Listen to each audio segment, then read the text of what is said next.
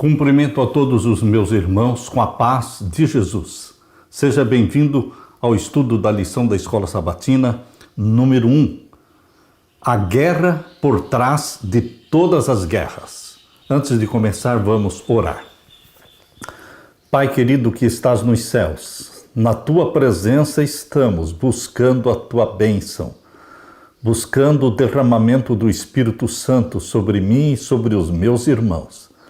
Que ao abrirmos a Tua palavra neste momento para entendermos o grande conflito entre o bem e o mal, que o Espírito Santo abra a nossa mente e que o Espírito Santo nos ajude a entender a Tua palavra da mesma forma como Jesus entende.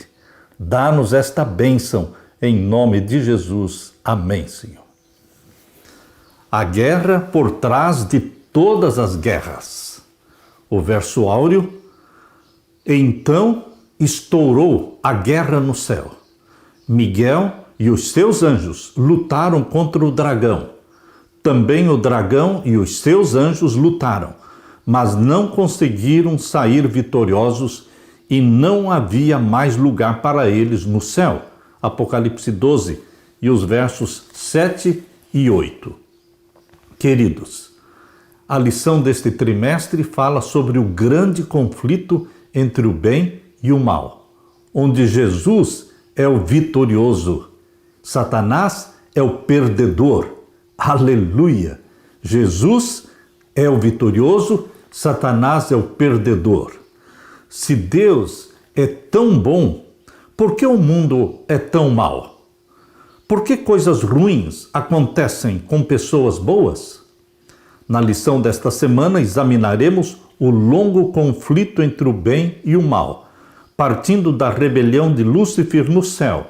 Estudaremos sobre a origem do mal e a longanimidade de Deus ao lidar com o problema do pecado. O amor de Deus é incrível, é incompreensível. Sua natureza, a natureza de Deus, é amor. Todas as suas ações são ações de amor. O amor não pode ser forçado. O amor não pode ser coagido. O amor não pode ser imposto como lei. Ou você ama voluntariamente a Deus, ou você não ama. A serva de Deus, Ellen White, afirmou: só o amor desperta o amor. Negar o poder da escolha é destruir a capacidade de amar. Por isso Deus deu o livre arbítrio para cada uma das suas criaturas. Porque negar o livre arbítrio e o poder da escolha é destruir a própria capacidade de amar. E destruir a capacidade de amar é erradicar a possibilidade de ser feliz. Deus ganha nossa lealdade por meio do seu amor. Ele lida com o grande conflito entre o bem e o mal de tal forma que o pecado nunca mais surgirá no universo. Aleluia! O propósito divino é demonstrar diante do universo que o Senhor sempre agiu visando o bem das suas criaturas. Olhar o mundo pelas lentes do amor de Deus, à luz do grande conflito entre o bem e o mal, nos assegura de que o certo triunfará. A verdade triunfará sobre o erro, e isso para todo sempre. Esta lição que vamos estudar esta semana está baseada nos capítulos 29 e 30 do livro O Grande Conflito. Na parte de domingo, Guerra no Céu. Vamos abrir a palavra de Deus em Apocalipse capítulo 12. Abra sua Bíblia em Apocalipse capítulo 12. E vamos ler juntos os versos 7 até o verso 9. E houve batalha no céu. Miguel e os seus anjos batalhavam contra o dragão, e batalhava o dragão e os seus anjos, mas não prevaleceram, nem mais o seu lugar se achou nos céus. E foi precipitado o grande dragão, a antiga serpente, chamada o Diabo e Satanás, que engana todo o mundo. Ele foi precipitado na terra e os seus anjos foram lançados com ele. Esses versos de Apocalipse 12, versos 7 a 9, revelam que a guerra entre o bem e o mal começou no céu. O mal surgiu no céu. O Apocalipse descreve um conflito cósmico entre o bem e o mal. Satanás e os seus anjos guerrearam contra Cristo e, por fim, foram expulsos do céu. Parece extremamente estranho que uma guerra tenha surgido num lugar tão perfeito como o céu. Por isso, como aconteceu? Essa é a pergunta que surge na nossa mente. Será que um Deus amoroso criou um anjo demoníaco que iniciou uma guerra no céu? Havia algum defeito fatal nesse anjo que o levou a se rebelar? A Bíblia explica a origem do mal. Vamos ler, portanto, Ezequiel. Abra sua Bíblia no livro de Ezequiel. Vamos ler o capítulo 28 de Ezequiel, o verso 12 até o verso 15. Ezequiel capítulo 28 e o verso 12 até o verso 15. Leia comigo. Filho do homem, levanta uma lamentação sobre o rei de Tiro e dize-lhe: assim diz o Senhor Jeová, tu és o aferidor da medida, cheio de sabedoria e perfeito em formosura. Deus está usando aqui em Ezequiel capítulo 28 a figura do rei de Tiro, mas é uma simbologia. Na realidade, o rei de Tiro aqui está representando Lúcifer. Por isso, no verso 13, nós lemos: estavas no Éden. Está falando de Lúcifer. Estavas no Éden, jardim de Deus. Toda pedra preciosa era a tua cobertura: a sardônia, o topázio, o diamante, a turquesa, o ônix, o jaspe, a safira, o carbúnculo, a esmeralda e o ouro. A obra dos teus tambores e dos teus pífaros estava em ti. No dia em que foste criado, foram preparados. Tu eras querubim, ungido para proteger, e te estabeleci. Lúcifer foi criado como um anjo querubim. Querubim ungido, foi estabelecido junto ao trono de Deus. No Monte Santo de Deus estavas, no meio das pedras afogadas andavas. Perfeito eras nos teus caminhos, desde o dia em que foste criado até que se achou iniquidade em ti. Deus deixa muito claro de que Lúcifer é um anjo que foi criado perfeito. Perfeito eras nos teus caminhos, desde o dia em que foste criado. Deus não criou o diabo, Deus não criou Satanás, Deus não criou um demônio, um anjo mau. Deus criou um anjo perfeito. Perfeito eras nos teus caminhos, desde o dia em que foste criado, até que se achou iniquidade em ti. Meu querido irmão, aqui está a explicação bíblica. Lúcifer foi criado perfeito. O pecado surgiu dentro de Lúcifer e não veio de uma outra galáxia, não veio de um outro lugar. O pecado nasceu em Lúcifer. Como? Este é o mistério da iniquidade. É um mistério que, por mais que atentemos, tentando entender, nós não entendemos plenamente o mistério da iniquidade. Nós poderemos comparar o texto de Ezequiel capítulo 28, que lemos, versos 12 até o verso 15, poderemos comparar com Isaías capítulo 14. Abra também a sua Bíblia no livro de Isaías capítulo 14 e vamos ver os versos 12 até o verso 14. Como caíste do céu, ó estrela da manhã, filha da alva? Aqui está a Bíblia chamando Lúcifer de a estrela da manhã. Mas interessante, meus queridos, que quem está perguntando para Lúcifer, como caíste do céu, ó estrela da manhã, filha da alva? Quem está fazendo esta pergunta para Lúcifer é o próprio Deus, Deus o Filho, aquele que é chamado de a verdadeira estrela da manhã. Então, a verdadeira estrela da manhã pergunta para aquele que pretendia ser a estrela da manhã. Perceba, Jesus Cristo pergunta: como caíste do céu, ó estrela da manhã, filha da alva? Como foste lançado por terra, tu que debilitavas as nações? E tu dizias no teu coração: eu subirei ao céu, acima das estrelas de Deus exaltarei o meu trono. Lembre-se que em profecia, Estrelas significam anjos. Então, Lúcifer, ele queria ser mais do que anjo. Ele queria colocar o seu trono acima das estrelas. Ou seja, ele não estava contente em ser um anjo, um querubim perfeito. Mas aqui diz, e tu dizias no teu coração, eu subirei ao céu acima das estrelas de Deus, ou seja, acima dos anjos, exaltarei o meu trono. E no monte da congregação me assentarei da banda dos lados do norte. Nós sabemos pela Bíblia que o lado do norte é o lugar da habitação de Deus.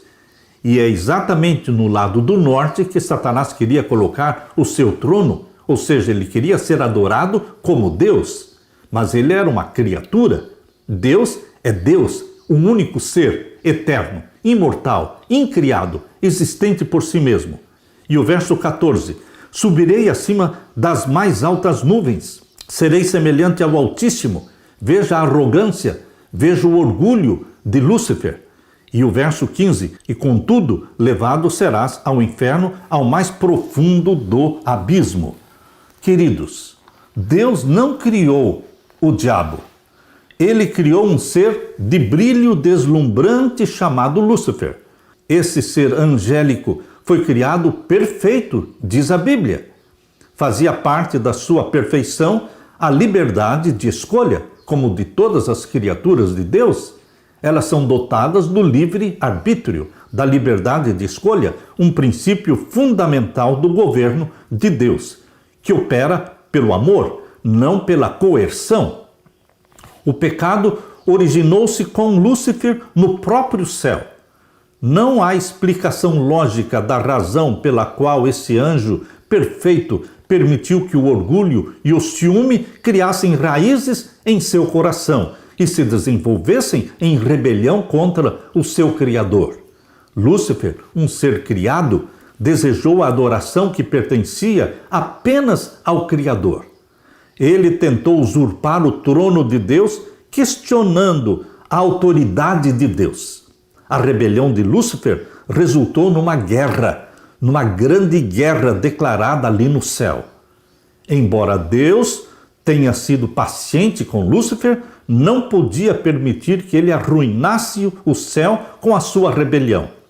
Os concílios celestiais insistiram com Lúcifer para que ele se arrependesse. O Filho de Deus lhe apresentava a grandeza, a bondade e a justiça do Criador, bem como a natureza sagrada e imutável da santa lei de Deus estabelecida ali no céu. Afastando-se dela, Lúcifer desonraria o seu Criador, trazendo sobre si a ruína. No entanto, a advertência feita com amor e misericórdia infinitos apenas despertou o espírito de resistência em Lúcifer.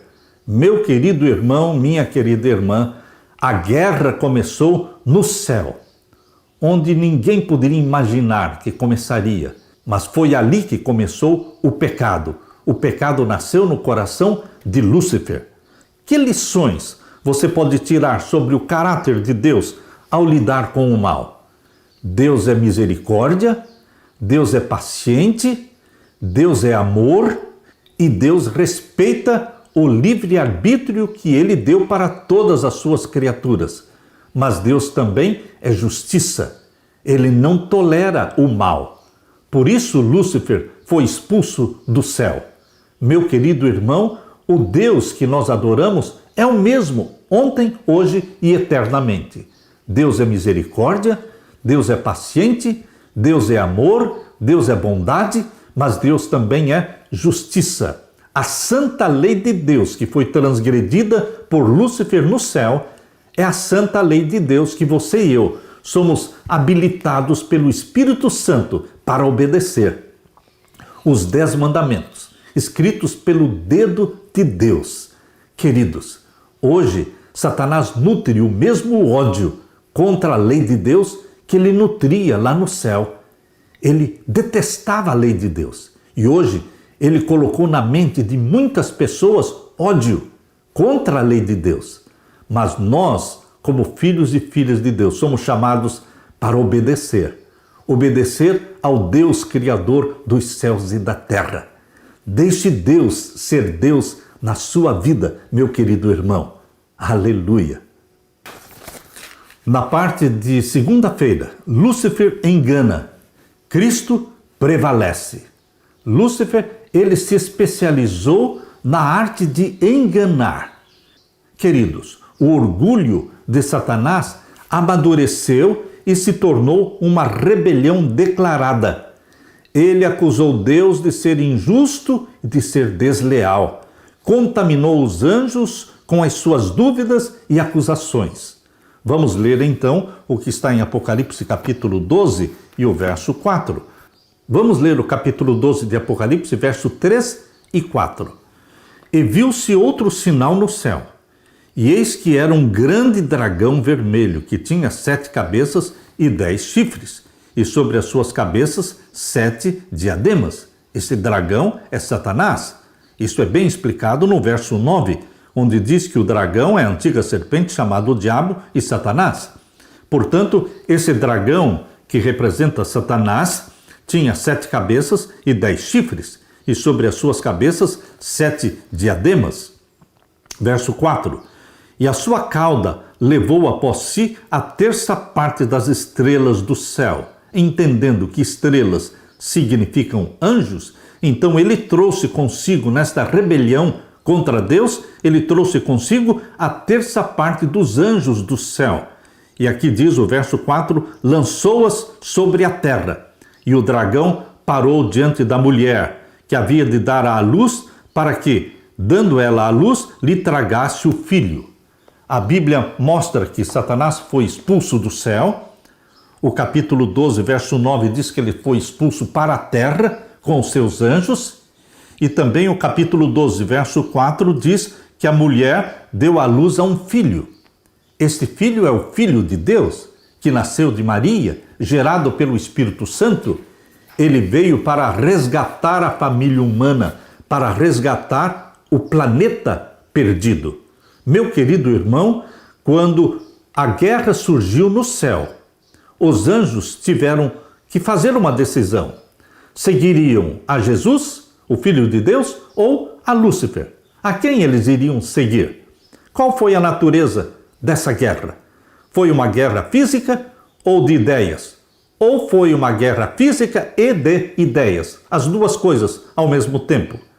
Não sabemos os detalhes, mas o conflito foi físico o suficiente para que Satanás e os seus anjos fossem expulsos do céu.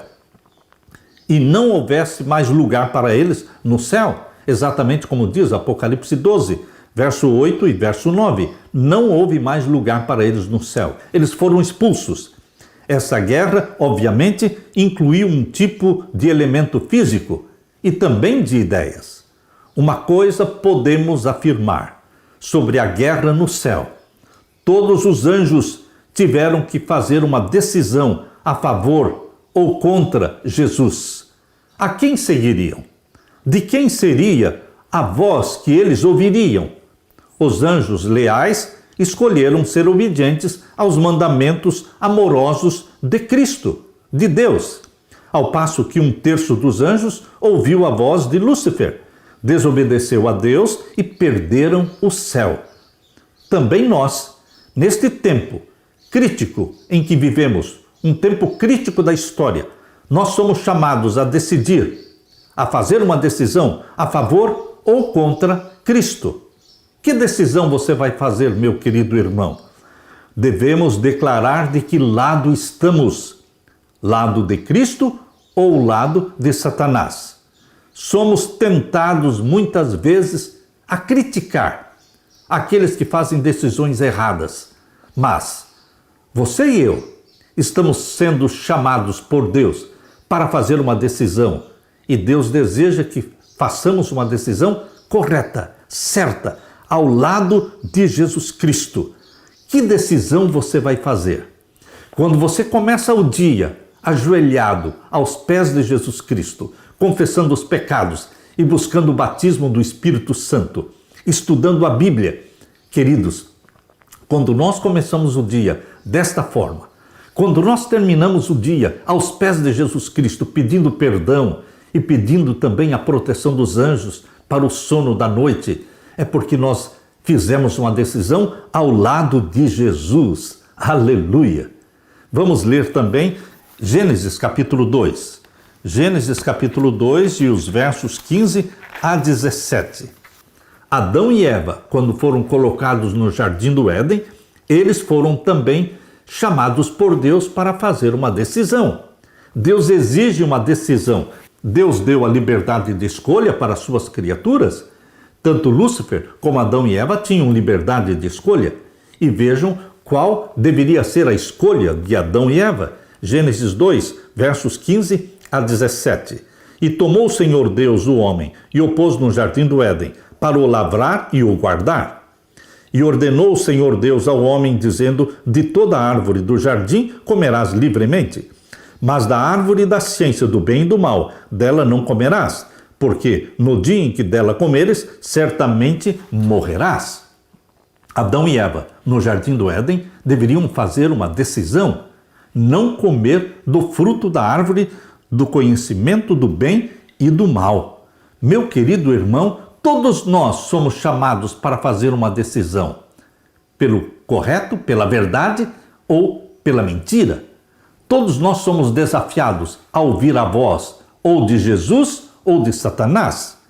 Abra sua Bíblia também em Êxodo capítulo 32. Êxodo capítulo 32, vamos ver o verso 26. Pôs-se em pé Moisés na porta do arraial e disse: quem é do Senhor, venha a mim. Então se ajuntaram a ele todos os filhos de Levi. Quando houve aquela grande apostasia no deserto, quando o povo de Israel começou a adorar o bezerro de ouro, quando eles tomaram partido ao lado de Satanás, Moisés, usado por Deus, chamou o povo para uma decisão. E a decisão está aqui em Êxodo 32, verso 26. E então a tribo de Levi foi escolhida para ser a tribo sacerdotal. Por quê? Eles se colocaram ao lado de Deus. Meu querido irmão, temos também outra decisão, uma grande decisão, que foi o desafio do povo de Deus nos dias de Josué. Por isso, leia comigo Josué capítulo 24 e o verso 15. Porém, se vos parece mal aos vossos olhos servir ao Senhor, escolhei hoje a quem servais. Se aos deuses a quem serviram vossos pais, que estavam da além do rio, ou aos deuses dos amorreus, em cuja terra habitais. Porém, eu e a minha casa serviremos ao Senhor. Josué tomou uma decisão e ele exerceu uma influência santa sobre o povo de Deus. Porque quando ele disse, eu, porém, e a minha casa serviremos ao Senhor, ele influenciou uma multidão também a fazer a mesma decisão ao lado de Deus, de obediência a Deus. Nós lemos também no primeiro livro de Reis. Abra sua Bíblia. No primeiro livro de Reis, o capítulo 18, vamos ver o verso 20 e 21. Então enviou Acabe a todos os filhos de Israel e ajuntou os profetas no Monte Carmelo. Então Elias se chegou a todo o povo e disse, até quando cocheareis entre dois pensamentos? Se o Senhor é Deus, segui-o, e se Baal, segui-o. Porém, o povo lhes não respondeu nada. Percebam que nesta ocasião no Monte Carmelo, quando Deus estava sendo desafiado por Satanás, Satanás estava usando o rei Acabe e os profetas de Baal, mas Deus estava usando o profeta Elias. Neste momento, nesta ocasião, o povo não fez decisão, porém o povo lhe não respondeu nada. Quando Elias fez o apelo, o povo ficou em silêncio. Meu querido irmão, o silêncio não ajuda. Quem se cala, consente. Você tem que tornar a sua decisão pública, audível. Fazer uma decisão ao lado de Jesus Cristo. A Bíblia diz em Apocalipse capítulo 22, Deus está chamando você para uma decisão. A decisão é de vir a Cristo. A decisão é de ouvir a voz de Jesus, ouvir a voz do Espírito Santo que fala ao seu ouvido. Apocalipse 22, 17 diz assim, e o Espírito O Espírito Santo e a esposa, que é a igreja, dizem: vem. E quem ouve, diga: vem. E quem tem sede, venha. E quem quiser, tome de graça da água da vida. Deus está propondo a vida para você. Deus usou Josué para propor a vida para o povo de Israel. E Josué disse: porém, eu e a minha casa serviremos ao Senhor. Qual é a sua decisão? Servir a Deus? Ouvir a voz de Jesus? Queridos, não adianta ficar criticando a decisão errada de Adão e Eva no Jardim do Éden, ou a decisão errada do povo de Israel no deserto, ou a decisão do povo de Deus no tempo de Josué, ou o erro do povo de Deus em ficar calado no Monte Carmelo, no tempo do profeta Elias. Não adianta ficar criticando, porque você e eu estamos no mesmo barco. Nós estamos na mesma situação, porque Deus está exigindo de você uma decisão ao lado de Jesus Cristo. Deixar que o Espírito Santo implante em você este espírito de submissão, de obediência aos mandamentos de Deus. Quando Deus criou a humanidade, Ele incorporou profundamente no nosso cérebro a capacidade de raciocinar e de escolher. A essência da humanidade é a capacidade de fazer escolhas morais. Não somos robôs, não somos máquinas. Nós fomos criados à imagem e à semelhança de Deus. Nós fomos criados de forma bem diferente dos animais. Nós recebemos a capacidade de escolher e seguir princípios espirituais e eternos. Desde a rebelião de Lúcifer no céu e desde a queda de Adão e Eva no Jardim do Éden, Deus está chamando o seu povo a responder ao seu amor e ser obediente à sua lei, escolhendo servi-lo. Que lições nós aprendemos da batalha no céu que se aplicam à nossa batalha hoje? Porque nós estamos travando uma batalha. Se Satanás enganou anjos que eram perfeitos, será que ele também pode enganar você e eu que somos pecadores? Satanás se especializou na arte de enganar. Mas nós temos uma proteção contra os enganos de Satanás. Jesus Cristo nos perdoa e Jesus Cristo derrama o Espírito Santo sobre nós. E o Espírito Santo implanta a mente obediente de Jesus Cristo. O Espírito Santo nos dá o discernimento. O óleo do Espírito Santo, ele unge os nossos olhos para que saibamos discernir o bem e o mal e perceber o certo e o errado e fazer a decisão certa ao lado de Jesus Cristo, nosso Salvador. Aleluia! Na parte de terça-feira, o planeta Terra se envolve no grande conflito entre o bem e o mal. O planeta Terra se envolveu. Como? Através da decisão errada de Adão e Eva. Quando Adão e Eva pecaram, eles transferiram o poder e a autoridade que Deus tinha dado para Adão como seu representante na terra. Ele transferiu este poder e autoridade para Satanás, que se tornou o príncipe deste mundo. Por isso Jesus disse que o mundo jaz no maligno, porque ele reivindica como sendo direito dele de governar e administrar o planeta Terra. Por isso Jesus veio para reconquistar este direito, para resgatar a família humana, o planeta Terra, para o verdadeiro dono e proprietário, que é Deus, o Criador dos céus e da terra. Deus criou a terra perfeita. Tudo era perfeito. Assim como Deus criou também Lúcifer, como um anjo querubim perfeito. Lemos na Bíblia que Deus viu tudo o que tinha feito, e eis que era muito bom. Gênesis 1:31. Não havia mancha ou pecado algum aqui na terra. Mas Deus deu para Adão e Eva a mesma capacidade de escolher que havia dado para Lúcifer. Ele não queria robôs ou máquinas aqui na terra, assim como não queria robôs também no céu. O Senhor Deus plantou uma árvore no jardim e chamou esta árvore de árvore do conhecimento do bem e do mal. Ele fez questão de falar para Adão e Eva sobre isso, pois queria ter a certeza de que Adão e Eva soubessem de que tinham uma escolha a ser feita.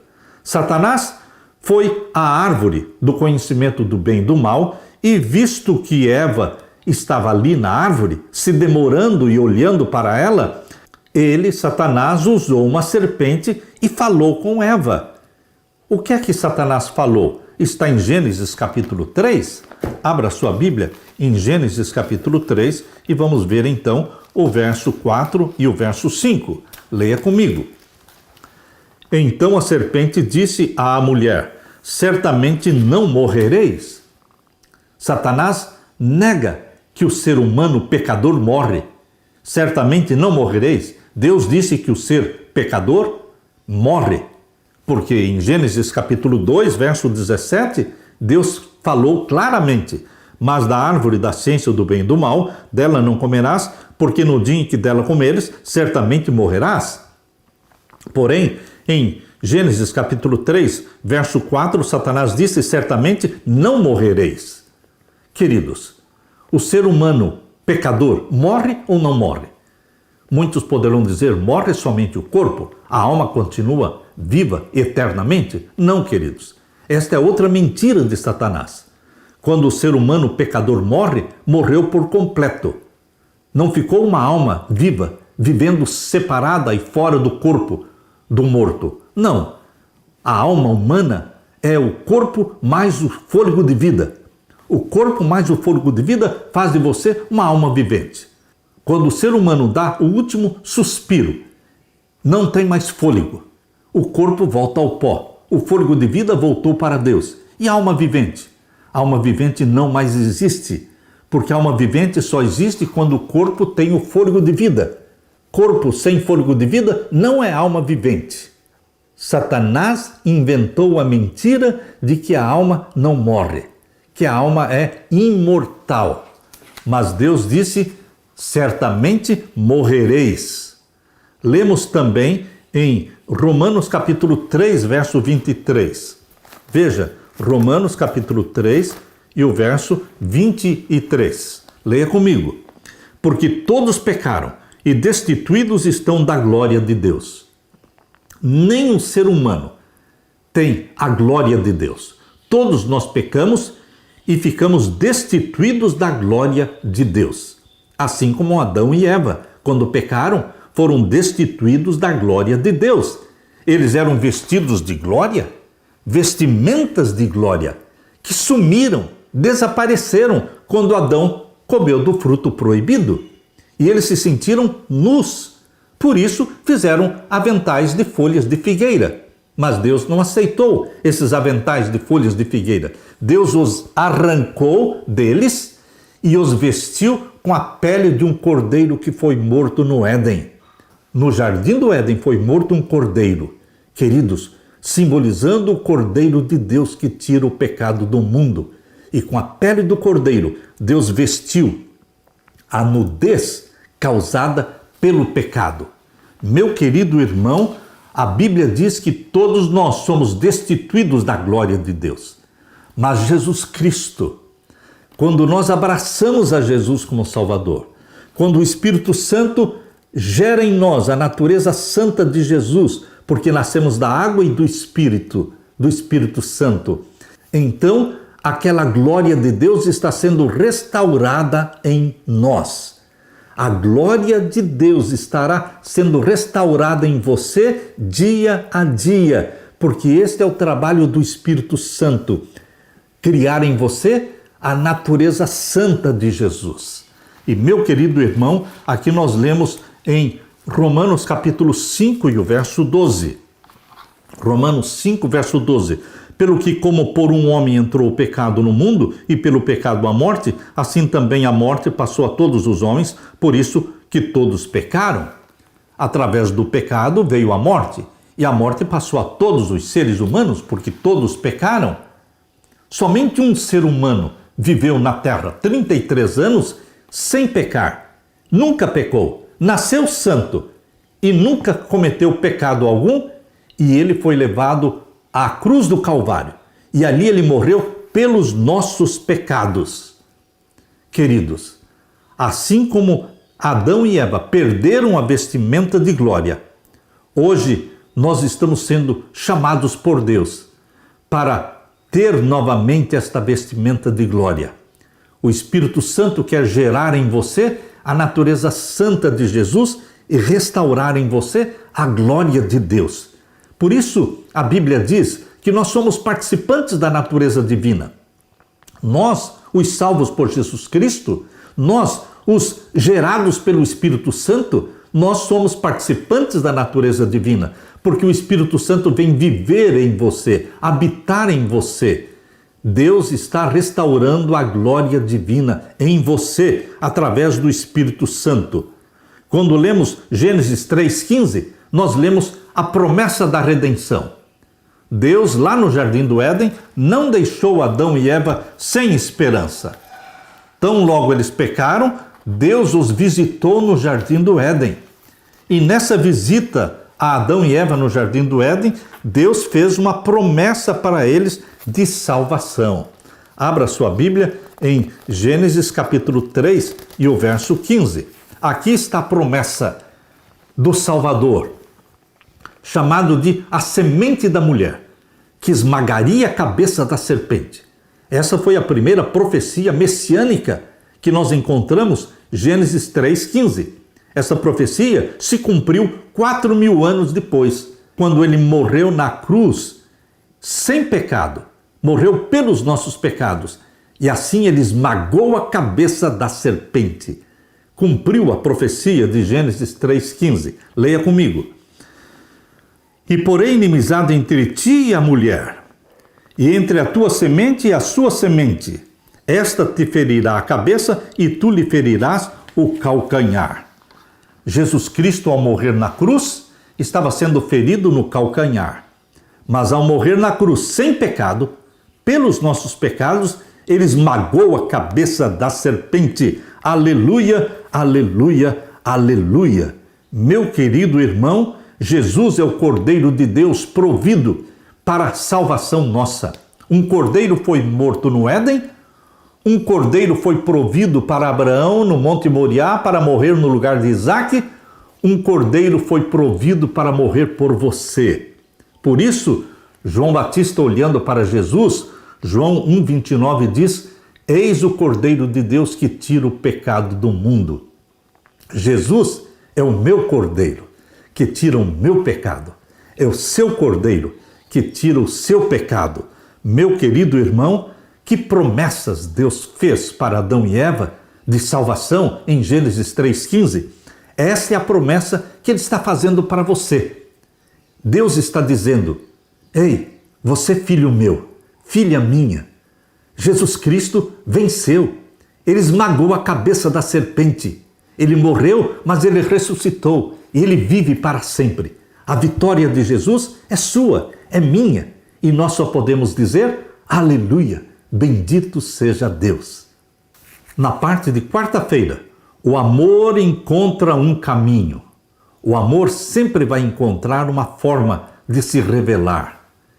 Queridos, quando Adão e Eva pecaram, Deus lhes disse que deveriam deixar seu lar, o Jardim do Éden.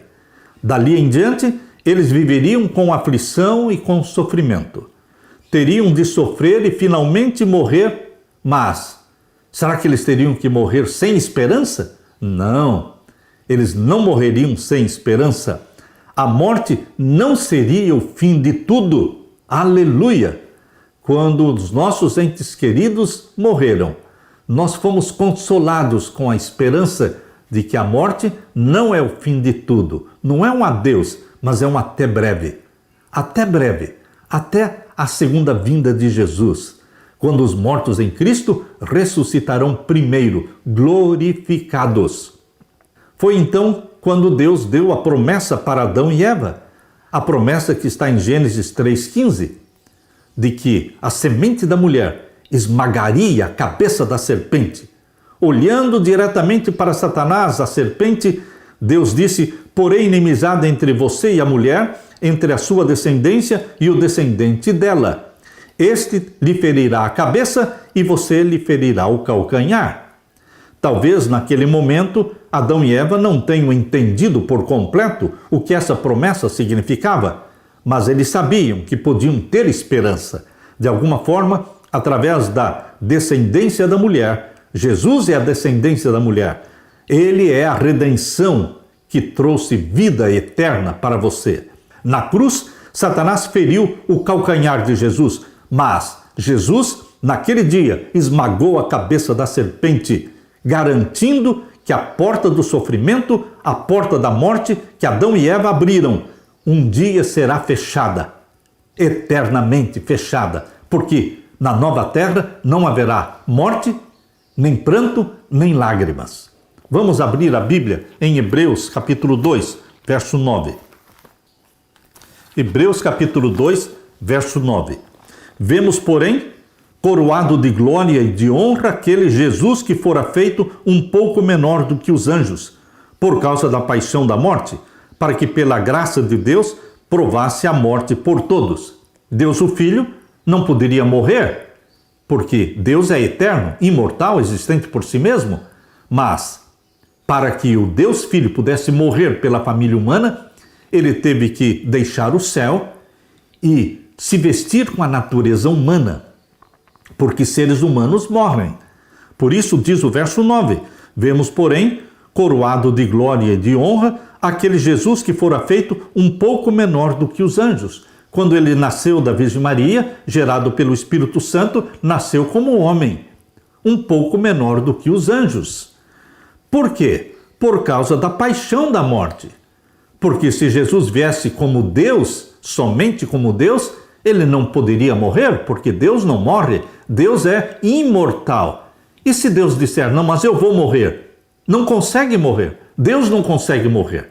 Por isso que o Deus Filho tornou-se homem, porque como homem ele poderia morrer pela família humana. Então foi por causa da paixão da morte que ele se tornou um de nós, para que provasse a morte por todos, diz aqui Hebreus 2 e o verso 9. E lemos também em Gálatas capítulo 3.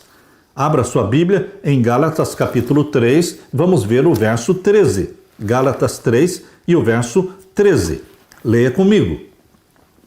Cristo nos resgatou da maldição da lei, fazendo-se maldição por nós, porque está escrito, maldito todo aquele que for pendurado no madeiro. Para que ele pudesse morrer na cruz do Calvário, ele teve que assumir a natureza humana.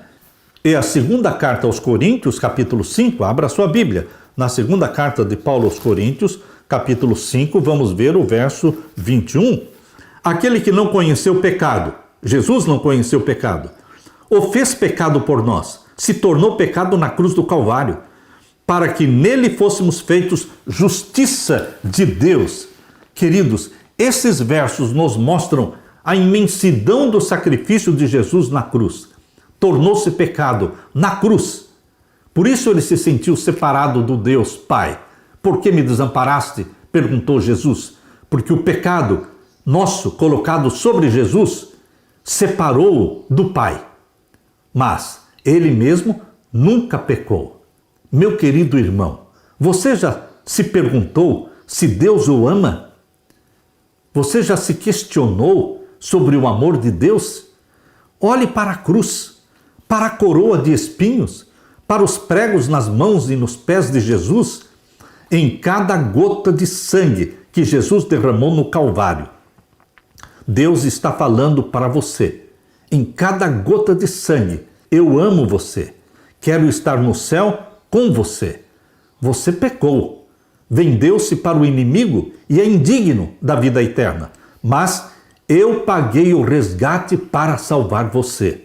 Você não precisa se perguntar se é amado ou não. Basta olhar para a cruz do Calvário. Na Bíblia lemos de um Jesus que veio a este mundo, passou por aflição, decepção e dor, como todos os seres humanos. Está revelado um Cristo que enfrentou as mesmas tentações que nós enfrentamos, mas que triunfou sobre os principados e potestades do inferno. Em sua vida e em sua morte, na cruz, tudo Jesus Cristo venceu. Tudo em favor de cada um de nós. Pense nisto, meu querido irmão.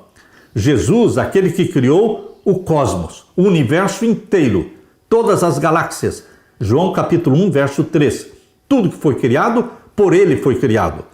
Ele desceu do céu e não apenas veio ao mundo caído, mas ele sofreu neste mundo, de um modo que ninguém jamais sofrerá.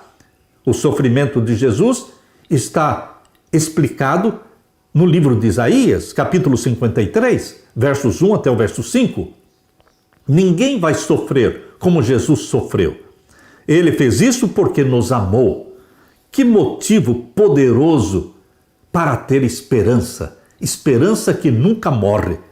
A vitória de Jesus já aconteceu. Jesus Cristo é o vitorioso e Satanás é o perdedor. E nós falamos, aleluia, bendito seja Deus. Porém, meu querido irmão, na nossa mente, a batalha continua entre o bem e o mal. Na nossa mente, a guerra continua, porque Satanás quer nos aliciar para sermos do exército de Satanás. E Jesus Cristo nos atrai pelo seu sangue. Jesus Cristo nos atrai através do Espírito Santo para sermos dos santos do Altíssimo, para sermos remanescentes de Deus na terra. Nesta batalha que está sendo travada na nossa mente, quem vai vencer? Jesus Cristo. Ele é o Rei dos Reis e é o Senhor dos Senhores, e nós somos os eleitos, chamados eleitos e fiéis. Venceremos também com Ele. Aleluia! Na parte de quinta-feira, nosso sumo sacerdote. Você e eu temos um sacerdote que também é sumo sacerdote, porque ele é advogado e ele é também o nosso juiz no santuário celestial. O que Jesus Cristo fez por nós na cruz o habilitou a ser nosso intercessor lá no santuário do céu. Nosso Senhor ressuscitado é nosso grande sumo sacerdote que provê tudo o que precisamos para ser salvos e viver no reino de Deus para sempre. Vamos ler Hebreus capítulo 4 e o verso 15. Hebreus capítulo 4, o verso 15 e o verso 16. Leia comigo. Porque não temos um sumo sacerdote que não possa se compadecer das nossas fraquezas, porém um que, como nós, em tudo foi tentado, mas sem pecado. Aleluia! Verso 16. Cheguemos, pois, com confiança ao trono da graça, para que possamos alcançar misericórdia e achar graça, a fim de sermos ajudados em tempo oportuno. Eu preciso ser ajudado todo o tempo. Você também. Cheguemos, pois, com confiança, não duvidando, mas com confiança ao trono da graça, para que possamos alcançar misericórdia e achar graça, a fim de sermos ajudados sempre, todo o tempo. E lemos também no livro de Hebreus, capítulo 7, e o verso 25. Hebreus 7, 25. Leia comigo. Portanto, pode também salvar perfeitamente, ou seja, totalmente, os que por ele se chegam a Deus, vivendo sempre para interceder por eles. É impossível um pecador se aproximar de Deus em nome de Jesus e ser rejeitado. Impossível. Porque Jesus diz aqui, Hebreus 7, 25, pode salvar perfeitamente, ou seja, totalmente, os que por ele, usando o seu nome, seus méritos, se aproximam de Deus, porque Jesus vive para sempre, para interceder por você. Meu querido irmão, lemos que Jesus foi tentado em todas as coisas, à nossa semelhança, mas sem pecado. Hebreus 4,15. E acrescenta ainda, portanto, aproximemo-nos do trono da graça, com confiança, a fim de recebermos misericórdia e encontrarmos graça para ajuda em momento oportuno. Hebreus 4,16. Jesus nos apresenta diante do universo revestidos de justiça, salvos por sua morte, redimidos por meio do seu sangue. Tudo o que deveríamos ter sido, ele foi. Em Cristo não há condenação pelos pecados do nosso passado. Em Cristo nossa culpa não existe. Aleluia! E por sua poderosa intercessão, o domínio do pecado em nossa vida é quebrado. Aleluia! As correntes que nos prendiam são soltas e somos libertos. Você crê nisso? Aposse-se, aproprie-se da vitória de Cristo sobre o pecado. João, capítulo 17. Abra sua Bíblia no Evangelho de João, capítulo 17. Vamos ver então os versos 24 a 26. Versos 24 a 26. Pai, aqueles que me deste, quero que, onde eu estiver, também eles estejam comigo, para que vejam a minha glória que me deste, porque tu me has amado antes da fundação do mundo. Pai justo, o mundo não te conhece, mas eu te conheci, e estes conheceram que tu me enviaste a mim. E eu lhes fiz conhecer o teu nome, e lhe farei conhecer mais, para que o amor com que me tens amado esteja neles e eu neles esteja. Meu querido irmão, que promessa maravilhosa Jesus Cristo está fazendo aqui. Ao ser consumado o grande sacrifício, Cristo ascendeu ao céu, recusando a adoração dos anjos antes que apresentasse o pedido ao Pai. E o pedido que Jesus apresentou ao Pai está em João 17, 24. Esse é o pedido que Jesus apresentou ao Pai antes de ser adorado pelos anjos lá no céu. Pai, aqueles que me deste, quero que onde eu estiver, também eles estejam comigo, para que vejam a minha glória que me deste, porque tu me has amado antes da fundação do mundo. Então, depois de fazer esse pedido ao Pai, o Pai, com muito amor e poder inexprimíveis, deu a resposta, que está em Hebreus capítulo 1 e o verso 6. Abra sua Bíblia em Hebreus capítulo 1, verso 6. E quando outra vez introduz no mundo primogênito, diz: e todos os anjos de Deus o adorem. Ele convocou a todos os anjos para que adorassem a Jesus. Por quê? Porque Jesus é Deus. E aqui no verso 7 e 8 diz: e quanto aos anjos diz, o que de seus anjos faz ventos e de seus ministros labareda de fogo. Mas do Filho, acerca do Filho, veja o que o Deus Pai fala acerca do Filho. Verso 8. Ó Deus, o teu trono subsiste pelos séculos dos séculos, cetro de equidade é o cetro do teu reino. O próprio Pai está falando do Filho. Ó Deus, o teu trono subsiste pelos séculos dos séculos. E existem pessoas que ainda duvidam de que Jesus é Deus. Jesus é Deus. E não existe Deus criado. Não. Deus é imortal e é eterno. Queridos, mancha alguma repousou sobre Jesus. Terminou, acabou a sua humilhação. Completou-se o seu sacrifício. Foi dado para Jesus Cristo um nome que é acima de todo nome. Aleluia! Acima de tudo, Jesus quer que estejamos com Ele no céu.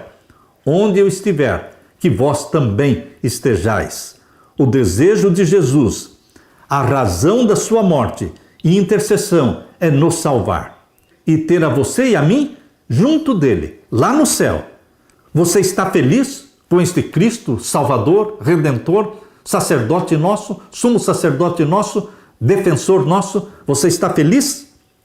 Você tem alguma necessidade, alguma angústia? Diga a Jesus: onde há tristeza, Ele consola. Onde existe medo, Ele traz paz. Onde existe culpa, Ele perdoa. Onde existe fraqueza, Ele traz força. E nós dizemos: aleluia!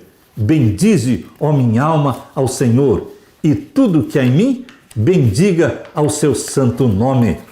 Meu querido irmão, banindo Satanás do céu, Deus declarou sua justiça e manteve a honra do seu trono. No entanto, quando o ser humano pecou, cedendo aos enganos desse espírito apóstata, Satanás, Deus ofereceu uma prova do seu amor, entregando o Filho unigênito para morrer pela raça decaída. Na expiação, o caráter de Deus é revelado. O poderoso argumento da cruz demonstra a todo o universo que o governo de Deus não foi, de forma alguma, responsável pela conduta pecaminosa que Lúcifer adotou. A cruz do Calvário, ao mesmo tempo que declara que a lei é imutável, proclama ao universo que o salário do pecado é a morte. Romanos 6, 23. No grito agonizante do Salvador Jesus, quando ele clamou, está consumado, João 19, 30, soou a sentença de morte de Satanás. Decidiu-se então o grande conflito, que durante tanto tempo estivera em andamento, e confirmou-se a erradicação do mal, do pecado. O Filho de Deus transpôs os umbrais do túmulo, para que, por sua morte, destruísse aquele que tem o poder da morte, a saber, o diabo. Meu querido irmão, Jesus venceu. Ele nos chama para a vitória. Quando ajoelhados aos pés de Jesus de manhã, de madrugada, quando ajoelhados aos pés de Jesus à noite antes de dormir, você se consagra a Ele, você pede perdão a Ele, você busca o batismo do Espírito Santo cada manhã e cada noite. Então você está se apropriando da vitória de Jesus Cristo. E em Cristo Jesus somos mais do que vencedores, porque posso todas as coisas em Cristo que me fortalece. Aleluia! Deixe-me orar com você. Pai querido que estás nos céus, eu suplico que em nome de Jesus, o Senhor derrame o Espírito Santo sobre mim e os meus irmãos. E aceite o nosso louvor e a nossa gratidão, porque o Senhor proveu um cordeiro. Um cordeiro morreu no lugar de Adão e Eva no Jardim do Éden. Um cordeiro morreu no lugar de Isaac no Monte Moriá. Um cordeiro morreu na cruz do Calvário, em meu lugar, em nosso lugar. Nós te louvamos porque este Cordeiro de Deus, Jesus Cristo, ressuscitou, subiu ao céu e vai voltar nos buscar. A ti toda a glória. Volte logo, querido Jesus, porque nós somos teus, comprados pelo ouro do teu sangue e pela prata das tuas lágrimas. Portanto, volte logo nos buscar. Em nome de Jesus pedimos. Amém e amém. Fique com a paz de Jesus. Amém.